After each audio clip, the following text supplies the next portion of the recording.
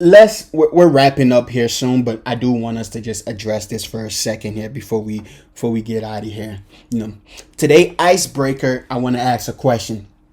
Can you, as a person, as a connoisseur, as someone who enjoyed music, can you separate an artist from their music?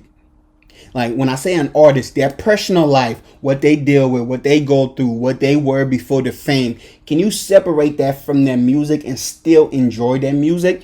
I bring this topic up because I hear a lot of people wanting to cancel Tory Lanez, and I hear a lot of people saying, he shouldn't be allowed to make money off of this, what happened in this situation. But I want to say, as an audience, can you, and this is no way saying, I'm asking you, can you separate an artist from their music? Obviously, we have some outrageous cases like the R. Kelly case. We know about the Michael Jackson case, even though there are people that denies all of that allegation and say it was something to do with the music, and he only several huge people in the music industry catalog and been in that 50-50 joint partnership with Sony, which led to him owning a lot of people music and even owning the Beatles catalog. So a lot of people said those charges were brought onto Michael Jackson as a way to kind of damage his name and hopefully be able to get that catalog back. So, but that's a different take. We'll talk about that sometime along the line. Michael Jackson and who music he owns and what he owns. But can you as an artist separate that? Can you separate Kanye West music from Kanye West? Can you separate Cardi B music from Cardi B? And I bring Cardi B up in this situation among people that have, Cardi B kind of came out a few years ago and said before she became the music star that she is today, shout out to you, Cardi. Okay. But Cardi said before she became the music star that she is today, she used to, put, I don't want to put words in her mouth, so this is my quote. She used to put date rape drugs in men's drinks when she was a stripper.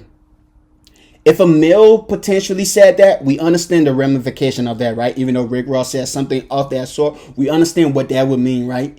So when people were trying to cancel or quote unquote cancel Cardi B, I was the one on Twitter defending her, saying, "Yo, that was before she became a musician. She was doing stuff to survive in the world that she was in. I have no problem with that. As a woman, I have no problem with that. You've got to do what you've got to do to survive. And in the world that she was in the strip club world, no judgment on the strip club, been there, love the place, but are some of the best men that you can be around. They're not in a strip club. I love the strip club, and I hate to, say that, but, it's a dangerous place. So if she felt like she had to do that, I have no problem with that. But can we separate what her music is now from what her life is and what her life was? We've got to be able to do that. We have artists like Gucci Mane, who, if you know Gucci Mane, you know his personal story. He's personally killed a man, the baby. He's personally killed somebody.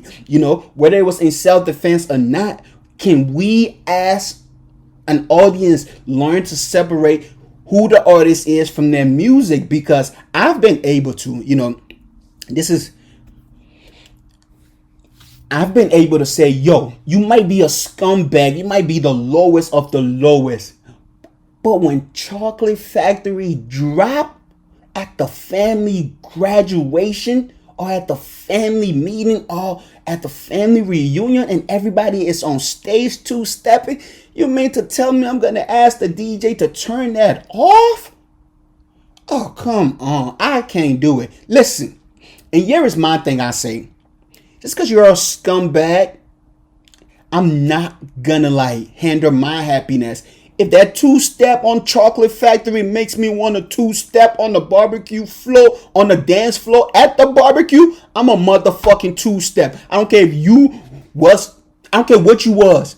If that music makes me feel good, why do we have to hinder our feeling because the person who made the music is a scumbag? Listen, I can separate you from the music. I'm just wondering, is there anyone else can do that? Because I see this cancel culture that has kind of developed over the years, and I'm absolutely for it for some of these words, some of these scumbags, period. But I still want to enjoy the music. That's just me personally.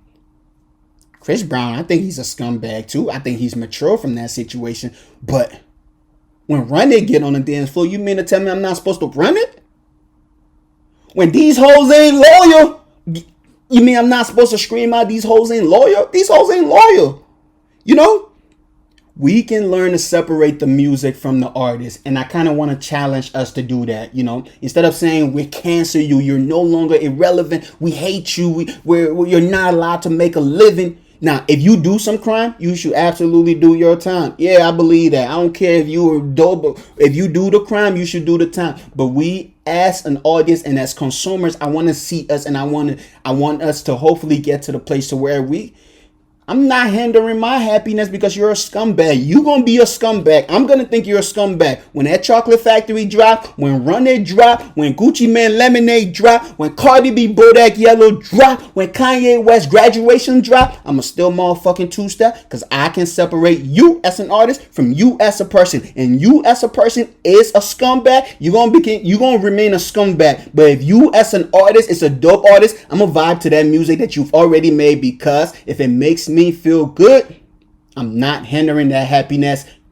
just because you're a scumbag. You're gonna remain a scumbag. I'm gonna stay away from you. But that Chocolate Factory drop, I'm motherfucking two-stepping. It is what it is. More about that topic later on. But new music. Whew. Well, obviously we know we got new music from Tory Lanez.